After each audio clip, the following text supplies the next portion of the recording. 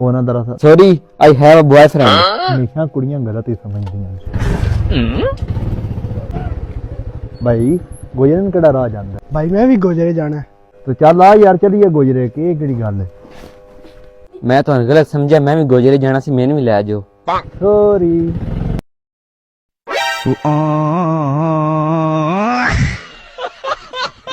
गुरबत तेरा गरीबी थी कोई हाथ धोंदी है गुरबत कहते क्यों भेजा मैंने अस्पताल गया मेरे दोस्त को ब्लड जरूरत था और क्या थे उन्हें डॉक्टर कह नहीं की था क्यों उन्हें आके गंदा खून ऐसा कह नहीं खिंदा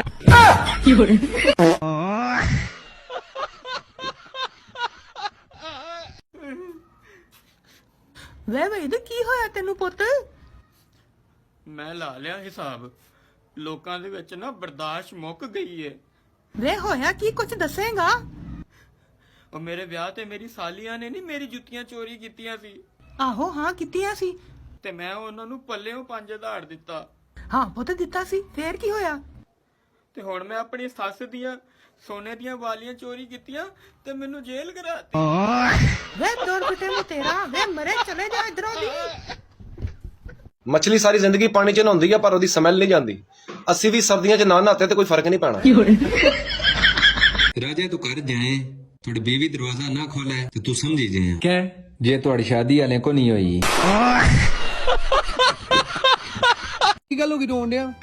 ਰਘੂ ਧੁੰਦ ਬੜੀ ਪਈ ਆ ਨਾ ਯਾਰ ਆਹੋ ਮੈਂ ਹੀ ਤੇ ਖਲੋਤਾ ਹੀ ਸਾਲਾ ਕੋਈ ਚਪੇੜ संगिया तू पहली मिसाल बन से जेड़ा कुड़ी ते नशे को दूर रही ते भी कामयाब नहीं होया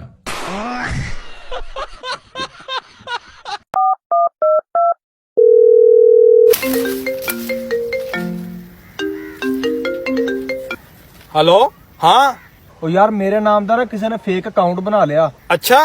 ਅਗਰ ਤੇਰੇ ਕੋ ਕੋਈ ਵੀ ਪੈਸੇ ਮੰਗੇ ਨਾ ਤੂੰ ਉਹਨੂੰ ਪੈਸੇ ਨਾ ਸੈਂਡ ਕਰੀ ओ यार ये तू केड़ी गल कीती आ मेरे तो तू आप आके मंगे ना मैं तो तेनू भी ना दवा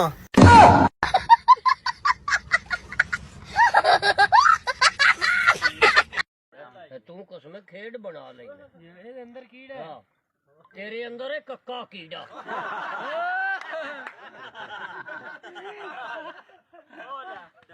ਹੋਰ ਫੇਰ ਕਿੱਦਾਂ ਚੱਲਣ ਦੀ ਲਾਈਫ ਸ਼ੀ ਮਾਸਟਰਾ ਹੂ ਇਸਤਰਾ ਤਰਾ ਬਾਗੋ ਸੂਲਮਾ ਹਿਸਟਰੀ ਉਹ ਕੋਈ ਸਮਝ ਨਹੀਂ ਲੱਗਣ ਦੀ ਬਸ ਐਦਾਂ ਹੀ ਚੱਲਣ ਦਈ ਆ ਉਹ ਸਮਝ ਨਹੀਂ ਲੱਗਣ ਦਈ ਚਲਿਏ ਕੰਮ ਕਰੇਗਾ ਸ਼ਹਜ਼ਾਦਿਆ ਤੂੰ ਇੱਕ ਛੱਡ ਕੇ ਦੋ ਕਹਿ ਵਾਕਈ ਮੈਂ ਦੋਵੇਂ ਨਹੀਂ ਕਰਾਂਗਾ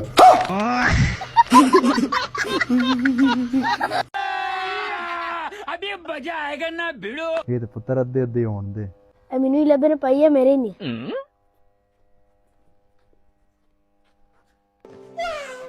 ਇਹ ਵੀ ਅੱਧੇ ਅੱਧੇ ਹੋਣ ਦੇ ਆਪਣੀ ਮਰਜ਼ੀ ਅੱਧੇ ਕੀਤੇ ਨਹੀਂ ਇਸ ਸੱਜਣ ਕੋ ਕੀ ਤਕਲੀਫ ਹੈ ਭਾਈ ਤੇਰਾ ਮੈਂ ਕਰ ਲੈਣਾ ਸੁੱਤਰ ਤੁਹਾਡੇ ਵੀ ਪੈਸੇ ਨਹੀਂ ਗਵਾਚੇ ਆ ਯਾਰ ਪੈਸੇ ਪਿਆ ਲੱਭਣਾ ਇਹ 100 ਰੁਪਿਆ ਜੇ ਤੇ 500 ਦੇ ਕੋਲ ਜੇ ਯਾਰ ਮੇਰਾ ਤੇ ਸੋਈ ਗਵਾਚੇ ਅਸੀਂ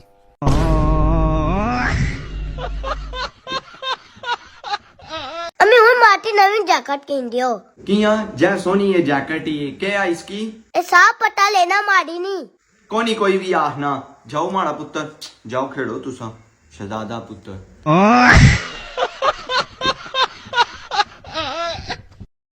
ਧਿਆਨ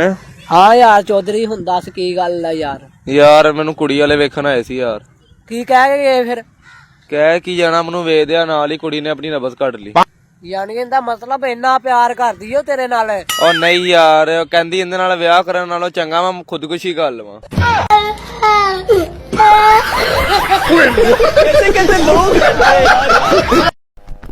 ਯਾਰ ਲੈਟਰ ਹੈ ਆਈ ਨਹੀਂ ਯਾਰ ਮੇਰੇ ਕੋਲ ਤਾਂ ਕੋਈ ਚਾਚੇ ਕੋਲ ਲੈ ਚਾਚਾ ਲੈਟਰ ਹੈ ਆਈ अस्सलामुअलैकुम बाबा ਵਾਲੇਕਮ ਸਲਾਮ ਅੱਛਾ ਮੈਂ ਕੰਮ ਤੇ ਚੱਲਿਆ ਆਪਦਾ ਖਿਆਲ ਰੱਖੀ ਅੱਛਾ ਸੁਣੋ ਜੀ ਸ਼ਾਮ ਨੂੰ ਮੇਰੇ ਵਾਸਤੇ ਗੁਲਾਬ ਜਾਮਨਾ ਲਿਆਂਦਿਓ ਵਾਹ ਮੂੰਹ ਪਤਾਸੇ ਵਰਗਾ ਤੇ ਗੱਲਾਂ ਗੁਲਾਬ ਜਾਮਨ ਦੀਆਂ ਚਲ ਅੱਛਾ ਇਹ ਦੱਸ ਦੋ ਸ਼ਾਮ ਨੂੰ ਕੀ ਬਣਾਵਾਂ ਇਹਦੇ ਚ ਪੁੱਛਣ ਵਾਲੀ ਕਿਹੜੀ ਗੱਲ ਆ ਮੁਰਗਾ ਬਣਾ ਲਵੇਂ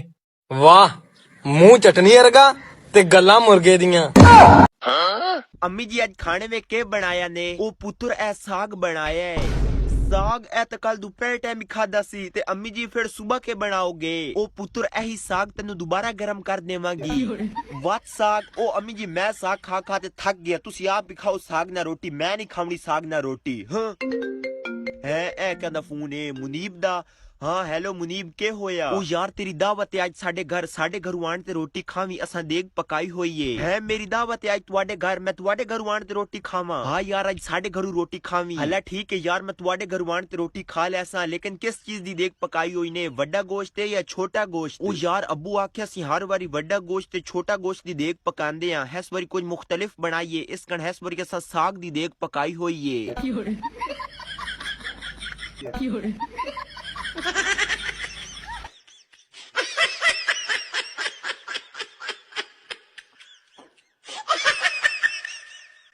ਕਿੰਨਾ ਪਿਆਰ ਕਰਦਾ ਓਏ ਸਾਡੀ ਕੁੜੀ ਨਾਲ। ਬਹੁਤ ਪਿਆਰ ਕਰਦਾ ਗੁੱਜਰ ਸਾਹਿਬ। ਗੋਲੀ ਖਾ ਲੇਗਾ? ਹਾਂ ਹਾਂ ਮੈਂ ਤਾਂ ਸ਼ਰਬਤ ਵੀ ਪੀ ਲੂੰਗਾ।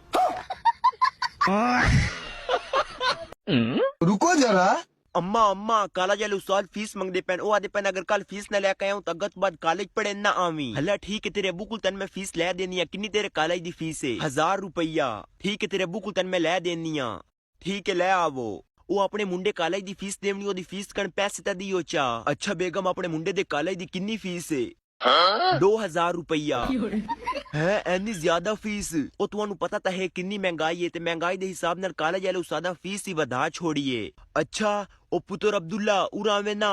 ਜੀ ਅੱਬੂ ਤੇਰੇ ਕਾਲਜ ਦੀ ਕਿੰਨੀ ਫੀਸ ਹੈ ਅੱਬੂ ਜੀ 1000 ਰੁਪਇਆ ਵਾਹ ਬੇਗਮ ਵਾਹ ਸ਼ਰਮ ਤਾਂ ਨਹੀਂ ਆਂਦੀ ਤੈਨੂੰ ਤੇ ਪੁੱਤਰ ਪਹਿਲੇ ਤਾਂ ਤੇਰੇ ਕਾਲਜ ਦੀ ਫੀਸ 500 ਆਈ ਐ ਯਕਦਮ 1000 ਰੁਪਇਆ ਕਿਵੇਂ ਹੋ ਗਈ ਜੀ ਅੱਬੂ ਪਹਿਲੇ 500 ਹੀ ਆਈ ਐ ਪਿਛਲੇ ਮਹੀਨੇ ਉਸਤਾਦ 500 ਤੋਂ 1000 ਰੁਪਇਆ ਕਰ ਛੋੜੀ ਅੱਛਾ ਤੇਰੇ ਮੈਂ ਉਸਤਾਦ ਨਾਲ ਹੁਣੇ ਗੱਲ ਕਰਦਾ ਕਿ ਤੁਸੀਂ ਯਕਦਮ 500 ਤੋਂ 1000 ਰੁਪਇਆ ਫੀਸ ਕਰ ਛੋੜੀਏ ਮੈਂ ਉਹਨਾਂ ਨਾਲ ਹੁਣੇ ਗੱਲ ਕਰਦਾ